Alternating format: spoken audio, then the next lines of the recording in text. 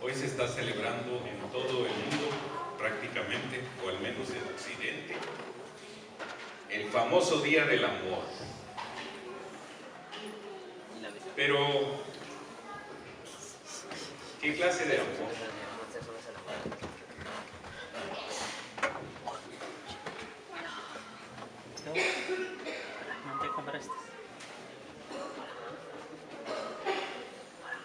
Solo sé que si no le llevan rosas o un regalito o unos chocolates, más de uno habrá de enojarse con aquel que debió haberlo llevado. Y si ese es el espíritu con que celebramos este día, estaremos celebrando el amor que los griegos le llamaban eros.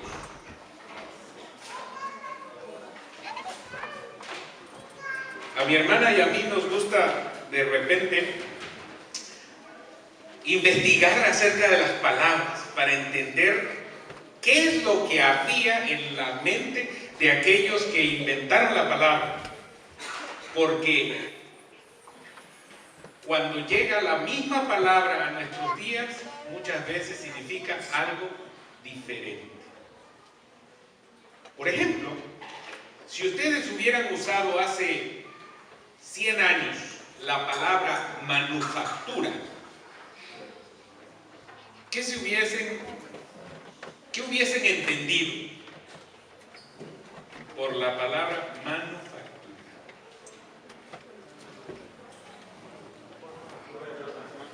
Factura, o sea, fabricación hecha a mano.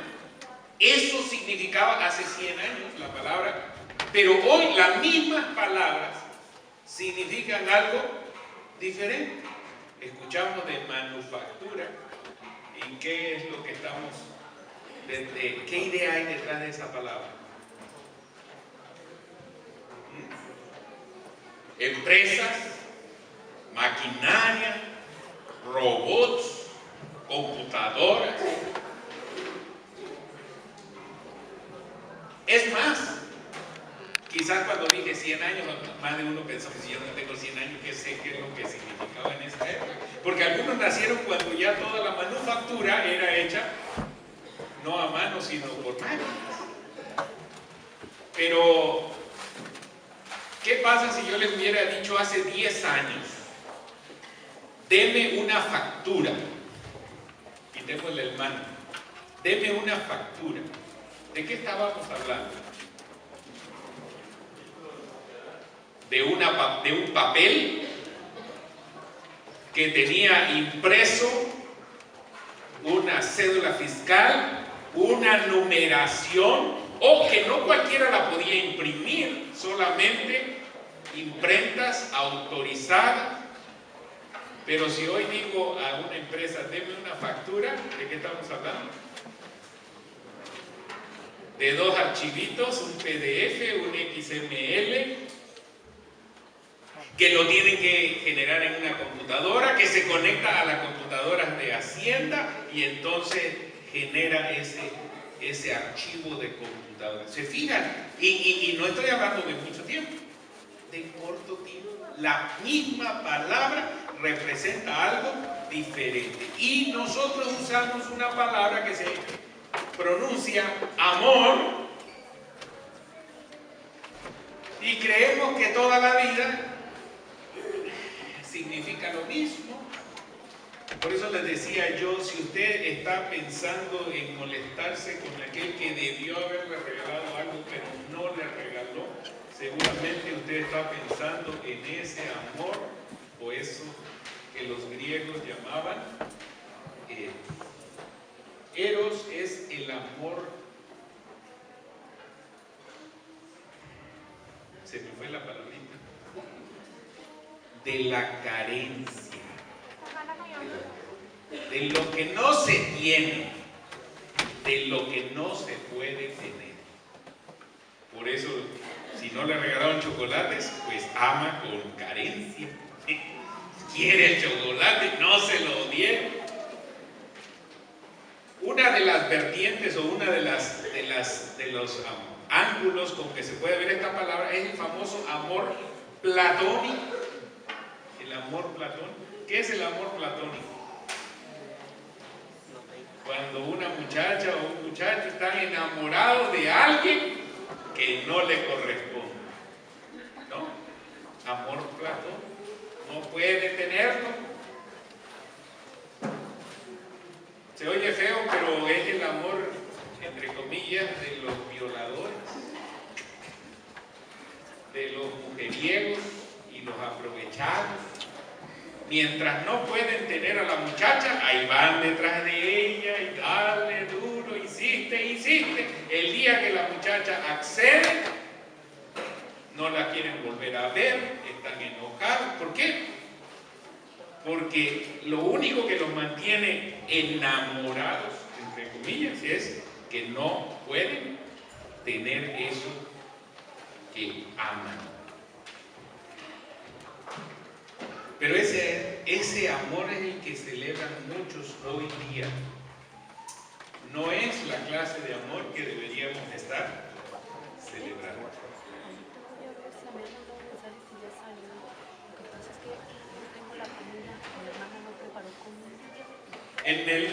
En la carta primera de San Juan, capítulo 4, primera de San Juan, capítulo 4, y en el versículo 8, hasta cantito, ¿se acuerdan? En el capítulo 4, versículo 8, primera de Juan, ¿qué dice ahí?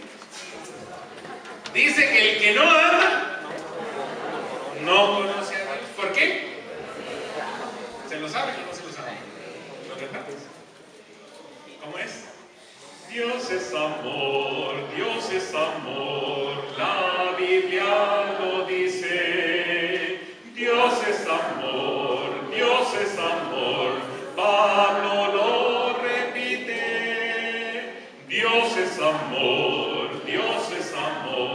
Juan también lo dice. En el capítulo 4, versículo 8, primera de Juan. En el capítulo 4, versículo 8, primera de Juan. No dice que Dios tiene amor. Dice que Dios es amor.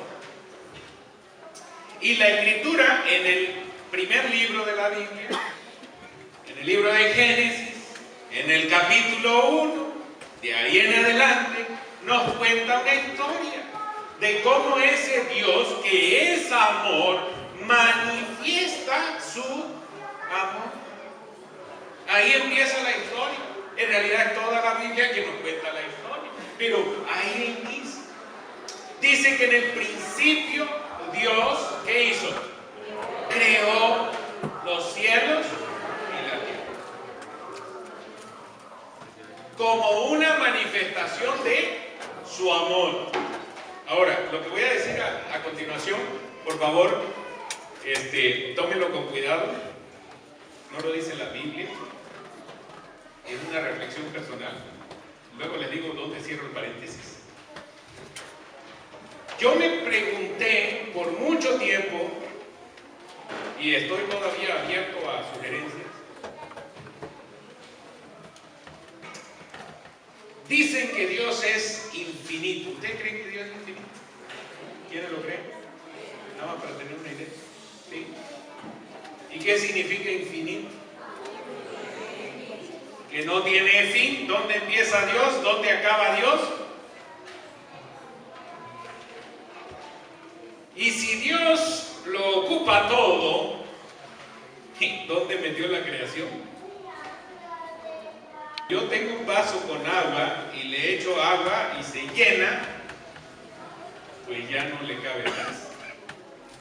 Estoy hablando de cuando ya se llena, porque hay un experimento que le ponen sal y le ponen azúcar y todavía no se derrama. Pero llega un momento en que se derrama, ¿no?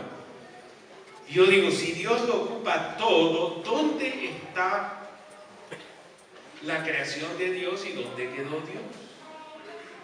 La verdad es que no sé la respuesta. No sé la respuesta.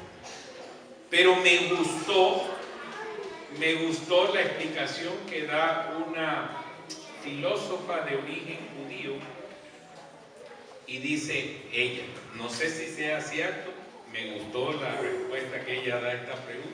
Dice, Dios se quitó, se hizo de lado para dejar un lugar donde cupiera su creación.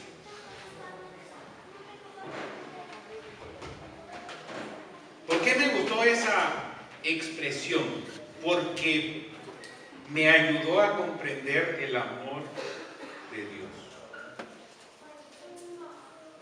Ese amor de Dios es lo que los griegos le llamaban ágape.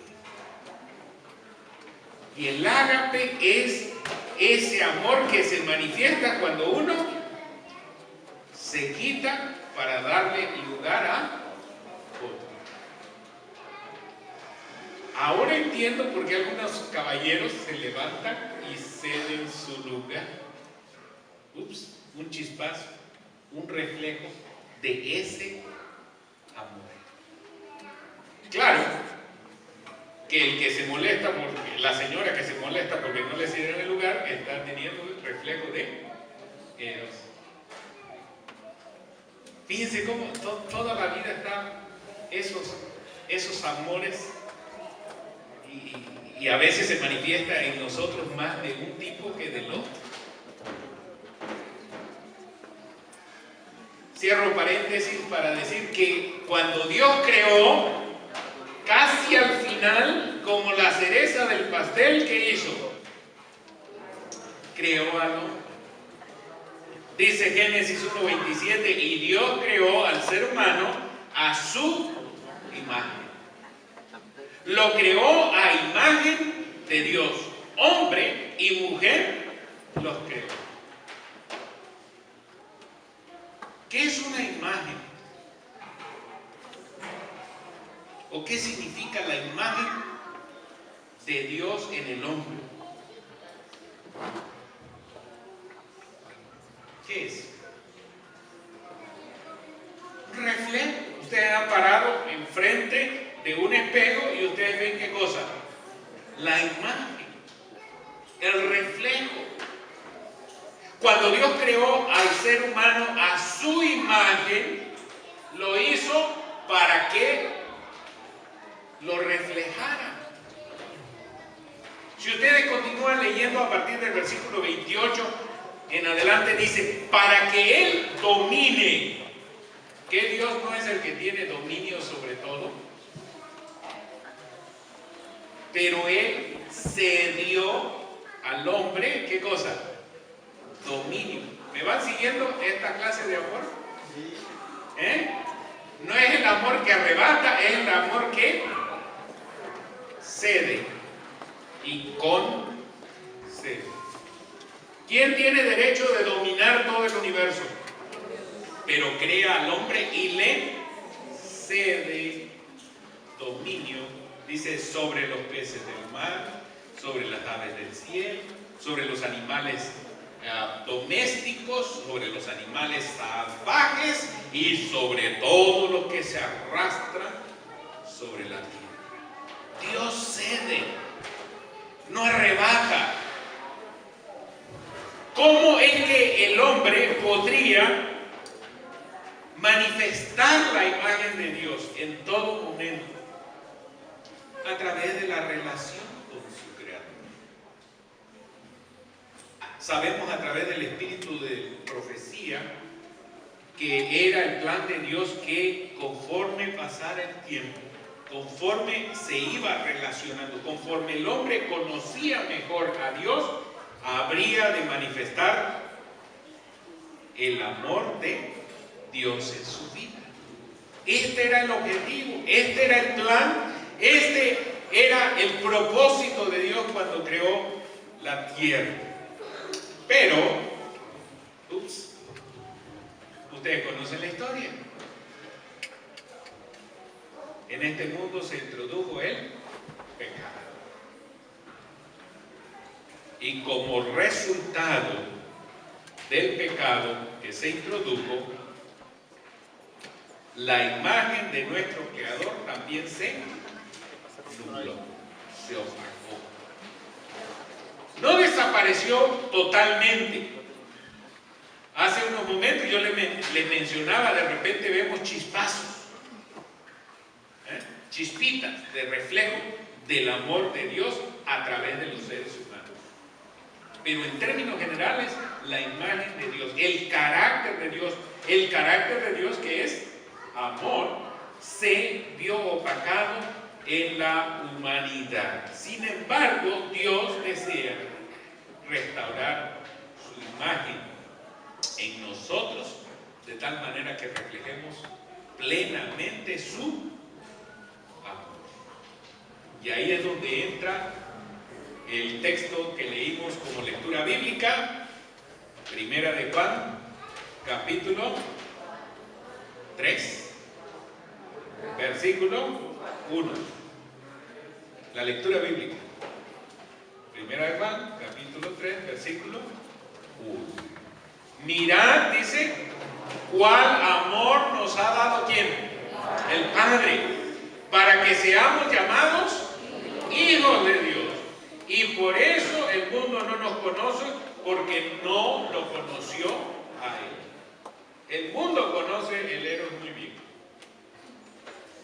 Hasta conoce otro tipo de amor que los griegos le llamaban el filos. ¿Saben cuál es el filos? El filos es el amor de lo que sí se tiene. Así como el eros es el de la carencia de lo que no se tiene, el filos es el amor de lo que sí se tiene. Por eso es el amor de los padres, de los hijos, de la familia, de los amigos. Porque sí tenemos padres, sí tenemos hermanos, sí tenemos amigos. ¿Y a qué se enfoca este amor filial?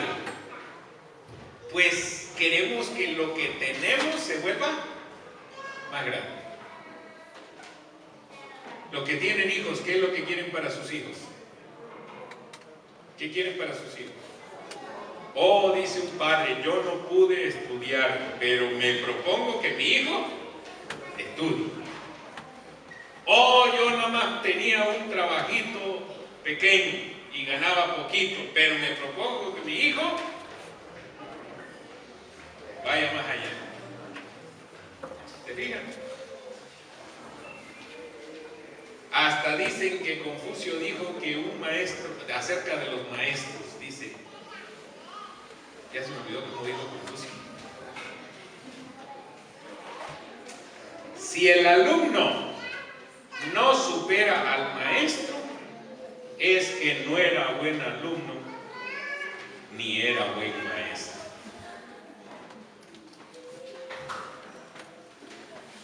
Ese es el amor filial. Cuando tenemos amigos que queremos que la amistad crezca, siempre queremos. ¿Cómo? ¿Cómo reflejamos el amor de Dios?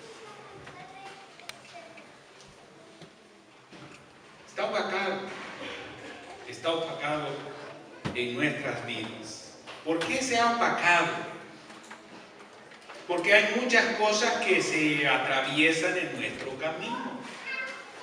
Por ejemplo, muchos viven preocupados por la educación de los hijos, por pagar las cuentas del banco, o que ya quieren un carro nuevo, o la comida, o la ropa, las vacaciones. Y eso absorbe nuestra atención todo el tiempo. Entre paréntesis, a algunos no les gusta que la iglesia se predique de mayordomía, que porque nada más se la pasan hablando de él. Y algunos no vienen a la iglesia, que porque tienen que trabajar mucho para ganar. ¿Se fijan? Hay cosas que se nos atraviesan en la vida y nos capturan la atención. Y la gran pregunta aquí es, ¿y dónde quedó Dios? ¿Dónde quedó Dios? Algunos me dicen, pero hermano, es que imagínense si no trabajo, dice Pablo, que el que no trabaje, que no come. Yo quiero comer, así que quiero trabajar y bastante. Y como pago la colegiatura, y si los hijos van a Montemorelos, siempre dicen, ¡uy, carísimo! Yo pasé 8 años allá, por eso les digo esas cosas, porque ya escuché eso 8 años seguidos. ¿Y Dios dónde queda? Es mi pregunta. Piénselo, no me responda. Hay unas que sí espero que me respondan. Cuando me quedo callado, espero que alguien me conteste. Pero cuando no me quedo callado, se las dejo de tarea. Para que ustedes lo piensen. ¿Dónde queda Dios? Los afanes de este mundo han ocupado el primer lugar en la vida y desplazan a Dios. Ahora, Jesús decía, como un remedio para esto, como la contra, ¿no? Mateo 6:31 dice ahí, no se preocupen diciendo que comeremos, que beberemos, con qué nos vestiremos. Al contrario, busquen ¿qué cosa? Primeramente el reino de Dios y su justicia. Y todas estas cosas les serán añadidas.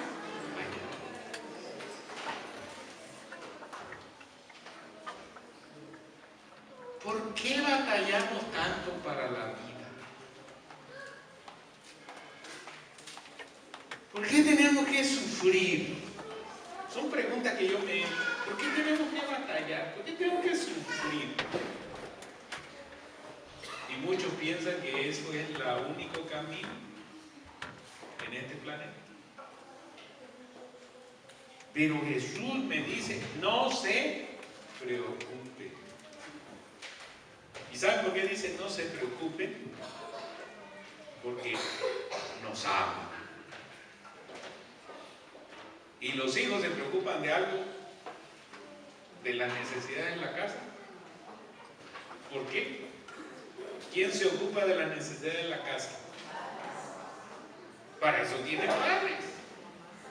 El problema es que cuando ese niño que no se preocupa de los afanes de la vida porque confía en sus padres, cuando crece y se pone de la edad de nosotros, se olvida que tiene padres. Y entonces se afana.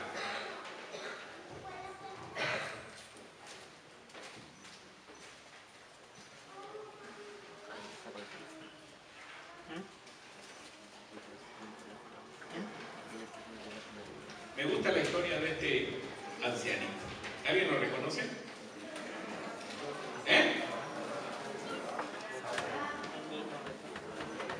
Pues dicen que vivió muchos años antes que naciera Jesús. ¿Ustedes lo conocieron o cómo saben que es eso? Porque lo hemos visto en las bellas historias, quizás. Bueno, no sé si así era Abraham, pero ese es el dibujo que representa a Abraham.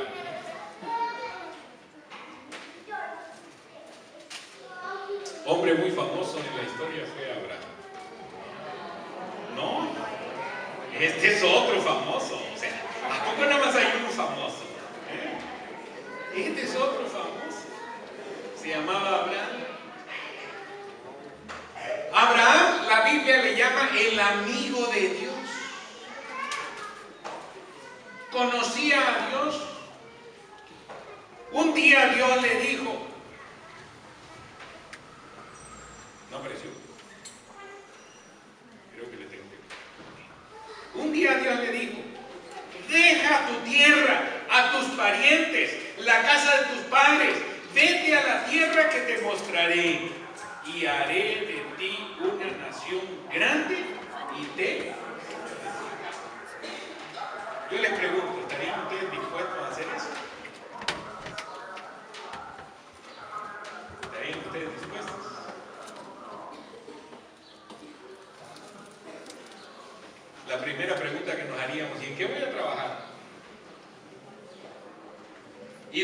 a vivir? ¿Qué voy a hacer? ¿Mi casa? ¿Mis muebles? ¿Mis amigos?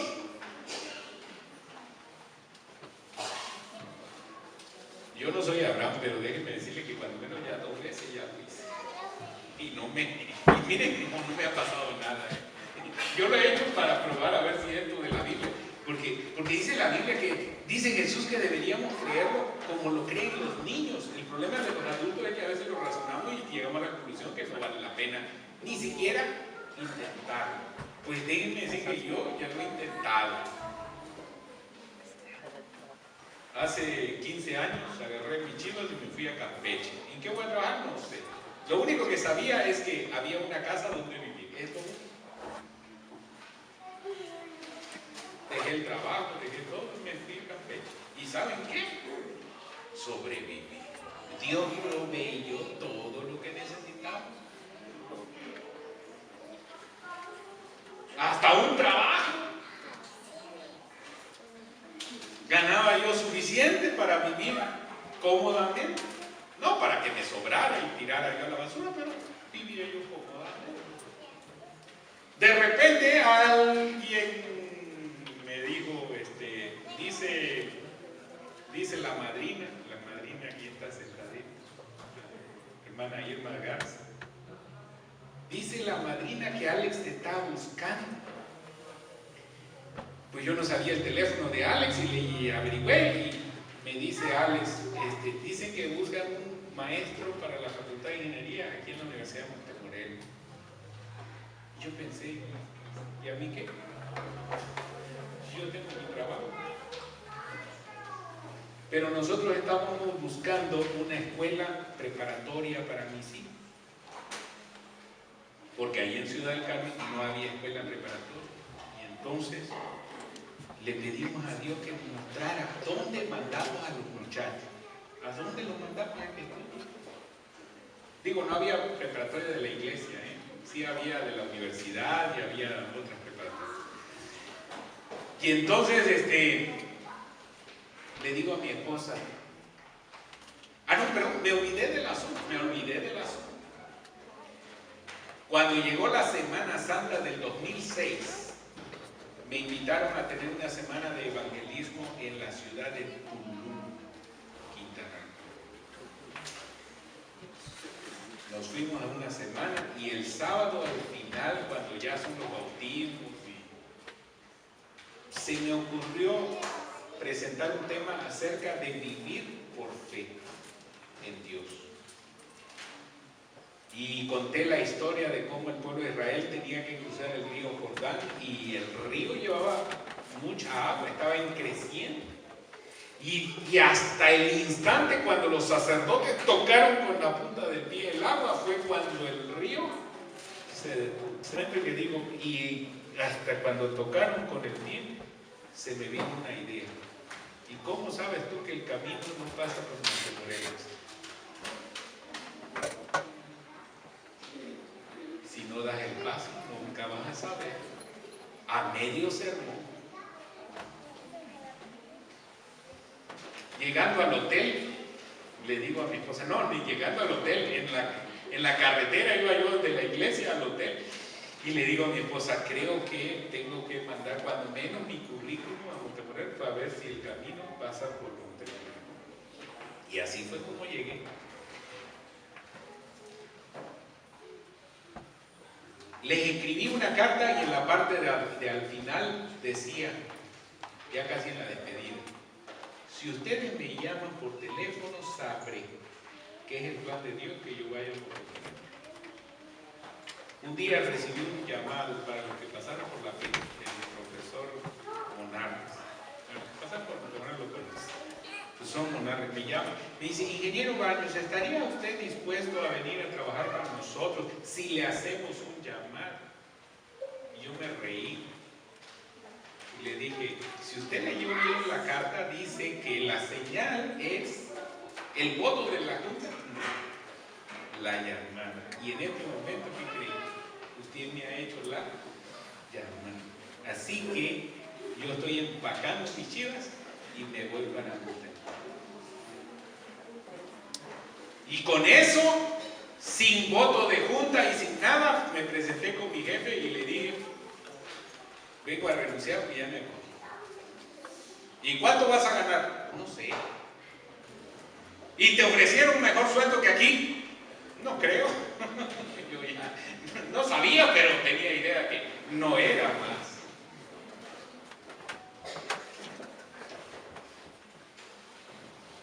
Dios provee. El asunto es que necesitamos conocer a ese Dios para actuar. No estoy hablando de que yo tenga el amor de Dios, o sea, que yo estoy. Esto no es un ejemplo de cómo reflejo el amor de Dios. Es un ejemplo de cómo se puede confiar en el amor de Dios. Eso es todo. Eso es todo. No me echen porras. Se puede confiar. Y Abraham decidió confiar en ese Dios cuando le dijo, deja todo y ve. Bueno, la última vez dije que 2 veces ya lo intenté. Bueno, en realidad no es cierto, son 3. La tercera sucedió cuando un día dije, ¿saben qué? Me voy para Monterrey. ¿Y qué vas a hacer? No sé. ¿En qué vas a trabajar? No tengo idea. Hace 6 meses que estoy preguntándome, ¿en qué voy a trabajar?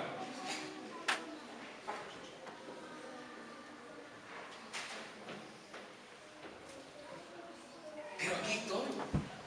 Un solo día no me he muerto de hambre. Un solo día no he tenido que estar bajo la lluvia. Un solo día no me ha faltado gasolina para el carro. Un solo día no he tenido que andar desnudo y sin ropa.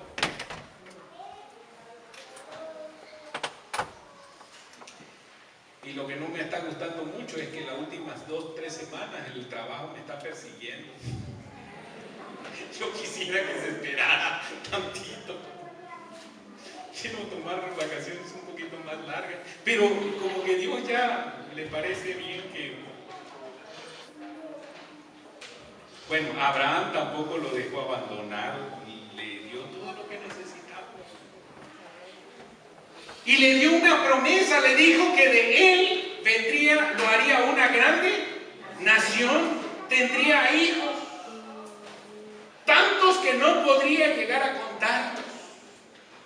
Pero ¿saben? El cumplimiento de la promesa de Dios se tardó. Y Abraham era un ser humano igual que nosotros, con virtudes, pero también con defectos. Y se desesperó. Y doña Sara, la esposa, tampoco era pura virtud, también tenía problemas.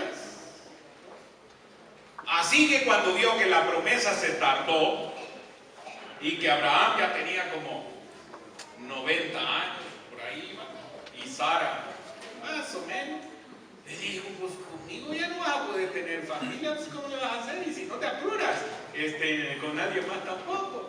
Y entonces fue con la muchacha que les ayudaba ahí en la casa y le dijo, pues mira, esta está jovencita, a ver qué se te ocurre hacer, y se la puso fácil y aquel se dejó querer. Pero ese no era el camino. Ese no era el camino. Lo que quiero decir es que el amor de Dios no está fijándose en qué momento fallamos para aplastarnos como cucarachas. Porque esa no es la naturaleza del amor de Dios, del ágape. El problema es que sabemos tanto del eros que nos parece que así fuera Dios.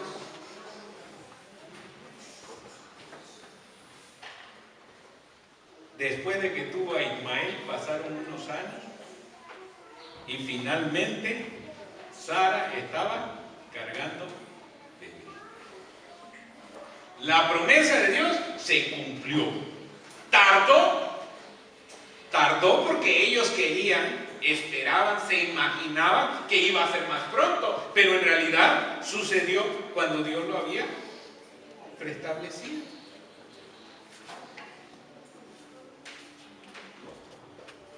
¿Y Abraham cómo estaba? ¿Cómo estaba Abraham cuando nació el hijo de la promesa? Feliz de la vida, feliz. Igual que todo padre cuando tiene su hijo. Pero entonces surgió una gran interrogación. Una interrogación. Abraham todavía no se daba cuenta de esa interrogación, pero Dios sabía que era importante ponerla sobre la mesa. ¿Cuál era la interrogación? La interrogación es: ¿qué era más grande? ¿El amor de Abraham por su hijo o el amor de Abraham por su Dios? ¿Era más grande el amor de Abraham por su Dios o por su hijo? ¿Qué era más grande? ¿Ustedes creen que Dios no sabía la respuesta? ¿Creen que Dios no sabía la respuesta? Por supuesto. Pero el sábado pasado el pastor Abimael Flores, es Abimael Lozano, nos estuvo platicando que no estamos solos en el universo, que hay muchos otros mundos que están observan, y Dios decidió que era importante que los que están observando supieran la respuesta. Él la conocía, pero los demás no. Así que le planteó un asunto a Abraham. Le dice: toma a tu hijo, el único que tienes, al que tanto amas. No vaya a ser que te confundas y mandes al otro. No. Al único que tienes, al que tanto amas. Y ve a la región de Moria. Y una vez allí, ¿qué cosa? Ofrece. Marquen esa palabra, por favor, en su mente. Póngale subrayenla ahí en su mente, porque es importante para las conclusiones de esta reflexión. Ofrécelo como holocausto en el monte que yo te indicaré. Y entonces Abraham se preparó con todo lo que necesitaba y le dijo a su hijo, pero a la que no le dijo fue la... Algo le conocía a Abraham a doña Sara. Ya llevaban como 70 años juntos, así que algo sabía de ella. Hasta consiguió 3 criados, unas mulas, al hijo, montó todas las cosas en la mula y caminaron. Dice la Biblia que caminaron durante 3 días. ¿Hasta dónde? Abraham no sabía cuando salió. Igual que no sabía cuando se fue a buscar otra tierra, esta vez tampoco sabía. Solo sabía en la región de Moria. ¿Pero dónde? No sé. El Espíritu Profecía nos ayuda a entender. Dice que Dios le había dicho que Él le iba a dar una señal. El asunto es que caminaron 3 días en el rumbo hasta que Abraham vio la señal. Cuando vio la señal, estaba al pie de un monte. Y entonces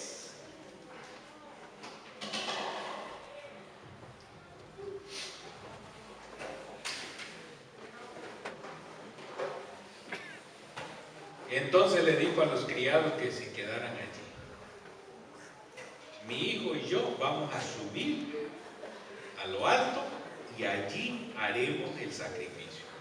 Entonces dejaron a los criados, agarraron los burritos y entonces padre e hijo solos empezaron a ascender la cuesta.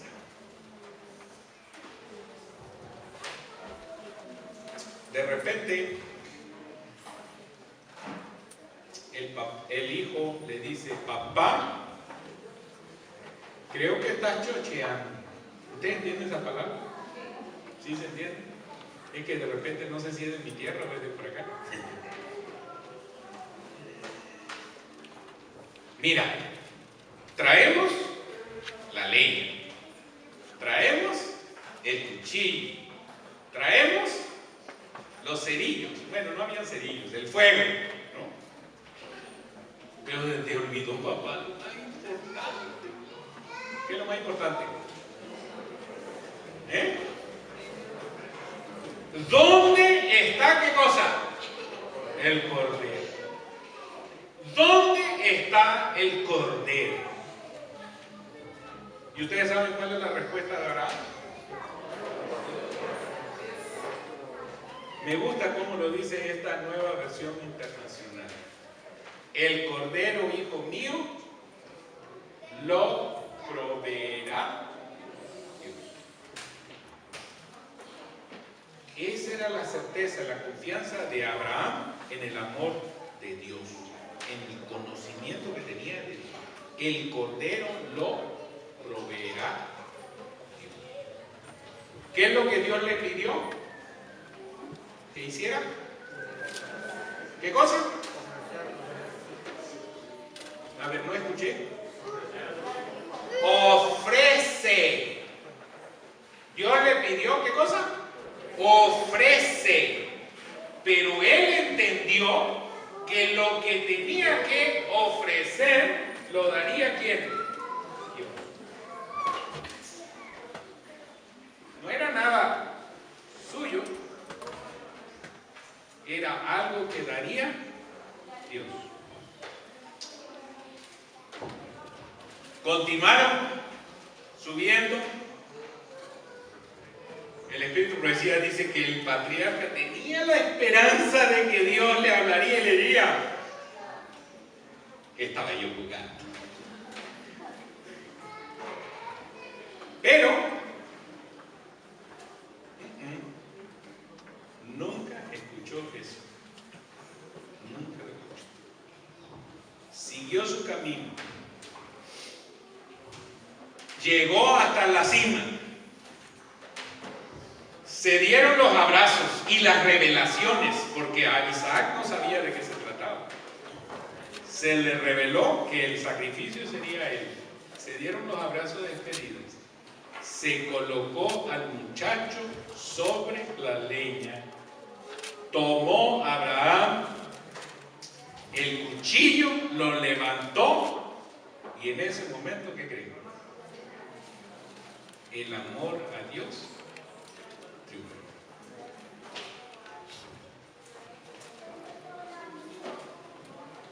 Se reveló ante todo el universo de aquel entonces, y nosotros que hoy estamos repasando la historia, también se nos revela hoy que el amor a Dios triunfó.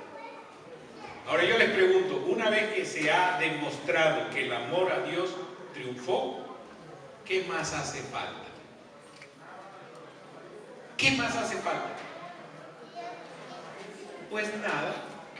Por eso la Escritura dice que en ese momento apareció una voz que le dijo: Abraham, Abraham, ay, no le hagas daño al muchacho. Nunca fue la intención de Dios quitarle algo a Abraham. Solo pretendía mostrarle al universo que para Abraham lo más importante era Dios. Por eso podríamos decir que esta escena es la más sublime reflejo de amor por parte de un ser humano. Estuvo dispuesto a ceder ante Dios aquello que humanamente o de este mundo él tenía. Dice la Escritura que entonces Abraham alzó la vista y en un matorral vio un carnero enredado por los cuernos. Fue, tomó el animal, lo ofreció como holocausto en lugar de su hijo. En lugar de su hijo. El amor de Dios se manifiesta plenamente, porque dice Gálatas 4:4, cuando se cumplió el plazo, ¿qué sucedió? Dios envió a su hijo. ¿Se fijan otra vez esta característica del amor? ¿Qué hizo? Cedió a su hijo. Jesús, dice el apóstol Pablo, el que era igual a Dios no tuvo este hecho como algo a lo cual aferrarse, sino que, ¿qué cosa? Se despojó a sí mismo. O sea, en otras palabras, se dio. Y vino y se hizo hombre. ¿Se dan cuenta? La característica de este amor. Y cuando estuvo en la tierra, ¿a qué se dedicó Jesús? A mostrar el amor de Dios.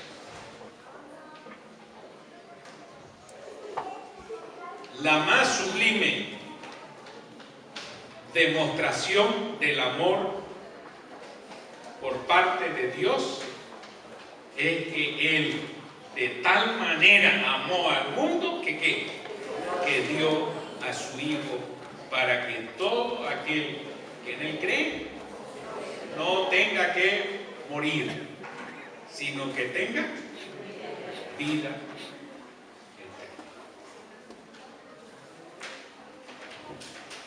Dios espera que reflejemos su amor. Sigue diciendo la lectura bíblica, primera de Juan 3, del 1 al 3. Mirad cuál amor nos ha dado el Padre para que seamos llamados hijos de Dios.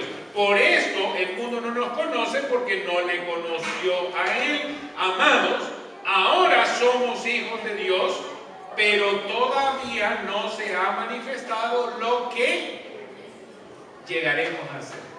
Futuro.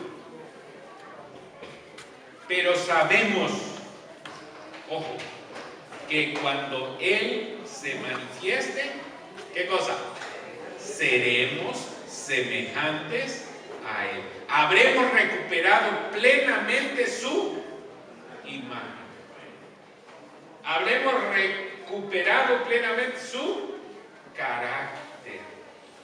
Ese amor que hoy nos domina muchas veces, y los griegos le llamaban eros, un día nos dominará el ágape. Nuestra naturaleza será del ágape. Quiero hacerles unas preguntas, no para que me respondan, son la tarea. Todavía me queda la mala costumbre de los maestros. Piensen. ¿Cómo que ocupa el primer lugar en mí?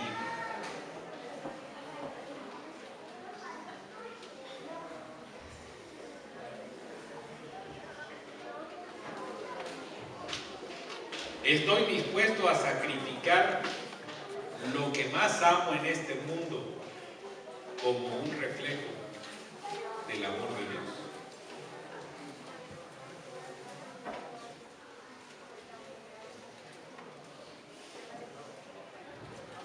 Y la última pregunta: ¿qué es lo que te impide poner a Dios en primer lugar? Porque si eso existe, el Señor nos invita para que lo traigamos al altar del sacrificio, de tal manera que podamos mostrarle a todo el universo que para nosotros Dios es